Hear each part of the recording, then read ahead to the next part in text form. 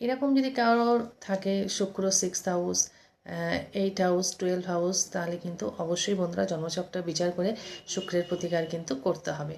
আর একটা দেখবে, যদি দেখছো যে শুক্র আর রাহু একসাথে আছে, সেক্ষেত্রেও কিন্তু দেখা যাচ্ছে থার্ড পার্সনের জন্য কিন্তু নিজেদের সম্পর্কটা কিন্তু নষ্ট হয়ে যেতে পারে।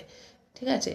বা শুক্র আর মঙ্গল যদি এক ঘরে যদি থাকে, তাহলে দেখা যাচ্ছে মাঙ্গলিক ঘরে যদি থাকে বিশেষ করে, তাহলে কিন্তু দেখা যাচ্ছে সেটাও কিন্তু বিচ্ছেদ বা ছাড়াছাড়ি কিন্তু হয়ে যাওয়ার সম্ভাবনা থাকে।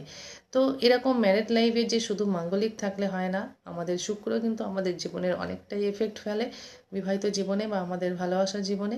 শুক্র আমাদের কিন্তু বিলাসিতা, সুখ, সৌন্দর্য, পোশাক আশাক, গয়নাগাটি সবই কিন্তু শুক্রের স্থান ভালো থাকলে কিন্তু পাওয়া যায়। বৃহস্পতি তো অবভিয়াসলি ভালো থাকতে হবে, সেই সঙ্গে কিন্তু শুক্রের গাড়ি বাড়ি কিন্তু শুক্রেও কিন্তু আমাদের দেয়।